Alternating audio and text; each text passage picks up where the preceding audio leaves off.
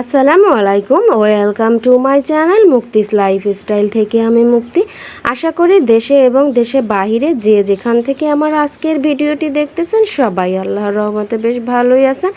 আমিও আমার পরিবারের সবাইকে নিয়ে আল্লাহর রহমতে আপনাদের দোয়ায় বেশ ভালোই আছি। তো অনেক দিন পরে আজকেও আপনাদের মাঝে একটা ভিডিও শেয়ার করতে চলে আসলাম। আসলে এর মাঝেও আমি অনেক দিন আপনাদের সাথে ভিডিও শেয়ার করতে পারিনি। আমার লাস্ট যে ভিডিওটা আপনাদের সাথে শেয়ার করেছিলাম, আমার ভিউয়ার্স যারা আছেন তারা আমার ভিডিওটা ফলো করলে বুঝতে পারবেন যে আমি আমার লাস্ট ভিডিওতে আমার ছোট মেয়ের যে অসুস্থতার কথা জানিয়েছিলাম, বলেছিলাম যে আপনাদের সাথে এর পরবর্তী ভিডিওতে আমার ছোট মেয়ের রিপোর্টের আপডেট দিব। তো সেই পরিস্থিতিতে আসলে ছিলাম না। আমার মেয়ের টাইফয়েড জ্বর ধরা পড়ে আমার মেয়ের পরিস্থিতি এতটা খারাপ হয়ে গেছিলো যে আপনাদের সাথে কোনো কিছুই সেইভাবে শেয়ার করতে পারিনি।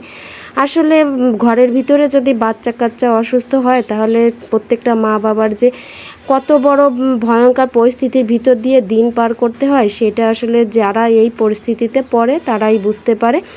আর আমি গ্রামের বাড়িতে যেহেতু একা থাকি, আমার হাজব্যান্ড মানে আমার মেয়ের আব্বু হচ্ছে ঢাকা শহরে থাকে, তো সেইভাবে আসলে আমার একারই সব কিছু হ্যান্ডেল করতে হয়েছিল। এই কারণে মানে আপনাদের সাথে কোনো কিছুই শেয়ার করতে পারিনি।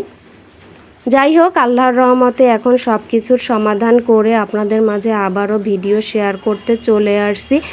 মাঝে পড়ে তো আমার মেয়েকে নিয়ে একদিন অনেক কান্নাকাটিও হয়ে গেছে, মানে কি বলবো আপনাদের সাথে। আসলে সেইভাবে আমি কোনো কিছু শেয়ার করে দেখাতে পারিনি। আমার মন মানসিকতা এতটাই খারাপ ছিল, আমার মেয়েকে নিয়ে আমি এতটাই কষ্টে ছিলাম যে সেইভাবে আপনাদের সাথে কোনো কিছু শেয়ার করিনি। আর আমার মেয়েকে নিয়ে ঢাকা থেকে গ্রামের বাড়ি 2বার দৌড়াদৌড়ি করা লাগছে, ওর পরিস্থিতি এতটাই খারাপ হয়ে গিয়েছিলো। তো পরিস্থিতি এখন আল্লাহর রহমতে অনেকটাই ভালো, আমার মেয়ে আল্লাহর রহমতে অনেকটাই সুস্থ। যাই হোক, আপনারা সবাই আমার মেয়ের জন্য দোয়া করবেন যেন আমার মেয়ে সুস্থ থাকে, আর আমরাও যেন সবাই ভালো থাকি সুস্থ থেকে। আর আপনারাও যে যেখানে আছেন সবাই ভালো থাকবেন সুস্থ থাকবেন। তো এরপরে থেকে ইনশাল্লাহ আশা করি যে প্রত্যেক দিন আপনাদের সাথে ভিডিও নিয়মিত শেয়ার করতে পারবো। তো আমার ভিউয়ার্সরা আমাকে প্রথম থেকে যেভাবে ভালোবেসে যাচ্ছেন সবাই আমার পাশে সেইভাবেই থাকবেন। আল্লাহ হাফেজ, আসসালামু আলাইকুম।